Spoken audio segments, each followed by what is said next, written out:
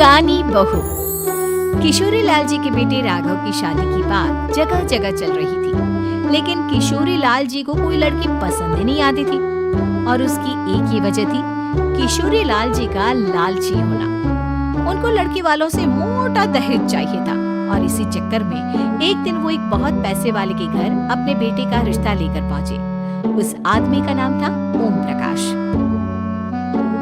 देखे किशोरी लाल जी, मेरी एक ही बेटी है और मेरी सारी संपत्ति जायदाद सब कुछ मेरी बेटी नैना का ही है। पापा, नाम से लगता है बहुत खूबसूरत होगी। कितना अच्छा नाम है ना, नैना। ओ, वैसे बात तो सही है आपकी। अब इतना पैसा है, जमीन जायदाद है, इकलौती बेटी, आप भी क्या करेंगे? सब कुछ उसे ही देंगे ना। बिल्कुल ठीक पहचाना आपने। बस बेटी की शादी और सारी जायदाद उसके नाम। पापा, बिना देखे हाँ कर दीजिए ना। इतना अच्छा रिश्ता फिर कहाँ मिलेगा? माला माल हो जाएंगे हम। मैं अपनी बेटी को बुलाता हूँ। अरे नहीं नहीं नहीं नहीं, आपकी बेटी का नाम नैना है, सुनकर ही लगता है बहुत सुंदर होगी। रहने दीजिए अंकल, मैं तो आपकी बेटी के नाम से ही इतना खुश हो गया हूँ कि उसे बिना देखे शादी करने को तैयार हूँ। अब तो मैं उसका चेहरा सीधे शादी के बाद ही देखूंगा। और इस तरह राघव नैना का चेहरा नहीं देखता और उससे शादी कर लेता है। शादी के बाद अपनी सुहाग रात पर जब राघव नैना का घूंघट उठाकर देखता है तो नैना की आंखें बंद थी। कितनी खूबसूरत हो तुम नैना। जरा अपनी आंखें खोलकर मेरी तरफ देखो तो सही। नहीं, मुझे शर्म आती है। अरे, मैंने तुम्हें शादी से पहले भी नहीं देखा और अब अगर तुम आंखें खोलकर मुझे देखोगी भी नहीं तो मुझे अच्छा कैसे लगेगा? इससे पहले कि नैना अपनी आंखें खोलकर राघव की तरफ देखती, अचानक से लाइट चली गई और राघव नैना को पूरी तरह से देख भी नहीं पाया। अगली सुबह नैना राघव के लिए नाश्ता बनाकर लेकर आई। अरे ये क्या? आधा पराठा सेका हुआ है और आधा बिल्कुल कच्चा। ये तुमने क्या किया नैना? बहू, तुमने क्या आधा पराठा तवे से नीचे लटका कर रखा था जो आधा सेका है और आधा कच्चा? मुझे जितना दिखेगा उतना ही तो सीखूंगी ना पापा जी। जहाँ जहाँ मुझे नजर आ रहा था वहाँ मैंने सीख लिया, जहाँ जहाँ नहीं दिखा वहाँ कच्चा रह गया होगा। इसका क्या मतलब है? ये कैसा मजाक कर रही है तुम? अरे बहू, तुमने इतना लंबा घूंघट क्यों लगाया हुआ है? देखो, हमारे घर में बहुओं को बेटी की तरह रखा जाता है और फिर तुम तो इतना सारा माल लेकर आई हो। देखो, ये घूंघट डालकर रखने की कोई जरूरत नहीं है। हाँ नैना, पापा जी ठीक कह रहे हैं, तुम तो आराम से रहो, अपना ही घर समझो। नैना अचानक से अपना घूंघट उठा लेती है।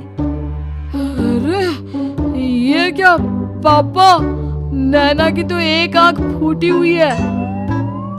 नाम से नैना, लेकिन ये तो कानी बहू निकली। मेरे साथ धोखा हुआ है, धोखा। बिना दिखाए अपनी कानी लड़की मेरे संग ब्याह दी। मुझे कानी भी नहीं चाहिए। मुझे अभी ओम प्रकाश जी से बात करनी पड़ेगी। आखिर उन्होंने मेरे साथ ऐसा किया क्यों? अरे, आप लोगों ने ही तो पापा से कहा था कि आप लोग शादी से पहले मुझे देखना नहीं चाहते। अब मेरे पापा पर क्यों इल्जाम लगा रहे हैं? अरे लेकिन उन्हें बताना तो चाहिए था ना कि तुम कानी हो, एक आंख से तुम्हें दिखाई नहीं देता। किशोरी लाल और राघव नाराज होकर ओम प्रकाश को अपने घर बुलाते हैं। पापा जी, ये आपने क्या किया? शादी से पहले बताया क्यों नहीं कि नैना की आंखों में परेशानी है? अरे, आप ही ने तो लड़की देखने से मना कर दिया था। अरे लेकिन आप बता तो सकते थे। आपको तो हमारी बेटी की प्रॉपर्टी चाहिए थी, वो भी पूरी की पूरी। अब क्या हुआ अगर उसे आधा दिखाई देता है? प्रॉपर्टी तो आपको पूरी मिल गई ना। अरे ये क्या बात हुई? मेरी शादी प्रॉपर्टी से नहीं, आपकी बेटी से हुई है। अब ये तो पहले सोचना चाहिए था, तब तो मेरी प्रॉपर्टी देखकर तुम्हारी जुबान लप-लपा रही थी। लेकिन मैं कानी लड़की को अपनी बीवी बनाकर नहीं रख सकता। पापा, कुछ करिए ना आप। हाँ, करता हूँ। देखिए ओम प्रकाश जी, आप हमारे साथ ऐसा नहीं कर सकते।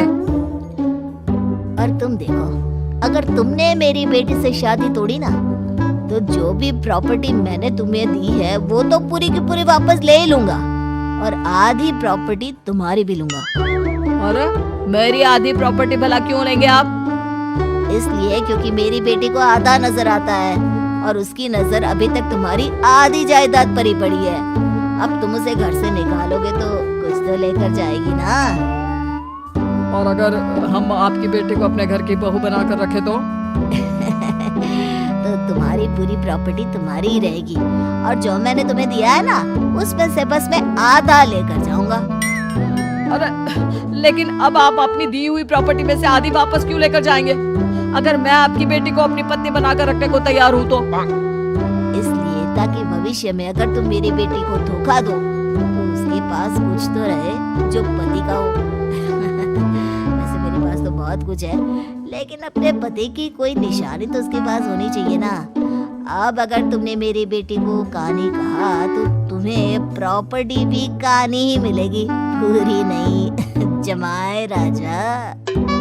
किशोरी लाल और राघव समझ चुके थे कि वो बुरी तरह फंस चुके हैं और अब उनके पास वहां से निकलने का कोई चारा नहीं है। अब समझ में आया ना, लालच बुरी बला होती है। एक तो तुम्हें प्रॉपर्टी मिली, ऊपर से बीवी मिली, उसमें तुम्हें नखरे भी दिखाने हैं।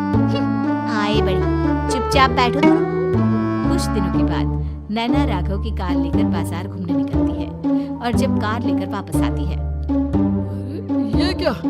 एक तरफ से मेरी गाड़ी पूरी खराब हो चुकी है। लगता है तुमने मेरी गाड़ी को किसी दूसरी गाड़ी के साथ एक्सीडेंट किया है।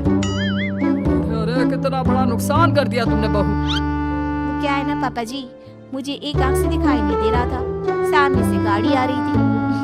मुझे तो सिर्फ आधा ही दिखाई दिया और वो गाड़ी मेरी कार से रगड़ती हुई निकल गई। अब मैं क्या करूं बताओ? आप इसे ठीक कराने के पैसे कौन देगा? तुम्हारे पापा?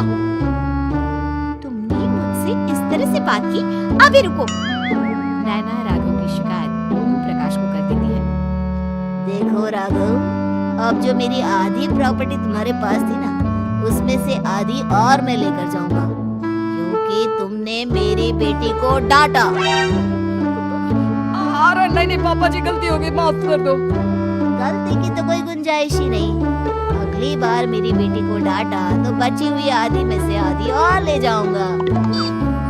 लालच के चक्कर में हम दोनों ने बहुत बड़ी गलती कर दी बेटा। एक तो तुम्हें कानी बहू मिली और ऊपर से जो माल मिला वो भी काना। इस तरह राघव की हर एक गलती पर ओम प्रकाश उसकी प्रॉपर्टी का आधा आधा हिस्सा लेकर अपना सारा माल वापस ले गया और राघव को कानी बीवी से काम चलाना पड़ा। भाई लालच वाकई में बुरी बला है। अगर आपको हमारी ये कहानी अच्छी लगी तो कमेंट करके जरूर बताएं, और आप ऐसी ही और कहानी सुनना चाहते हैं तो हमारे चैनल को सब्सक्राइब कर बेल बटन दबाएं, वीडियो को लाइक करें और शेयर करना न भूलें।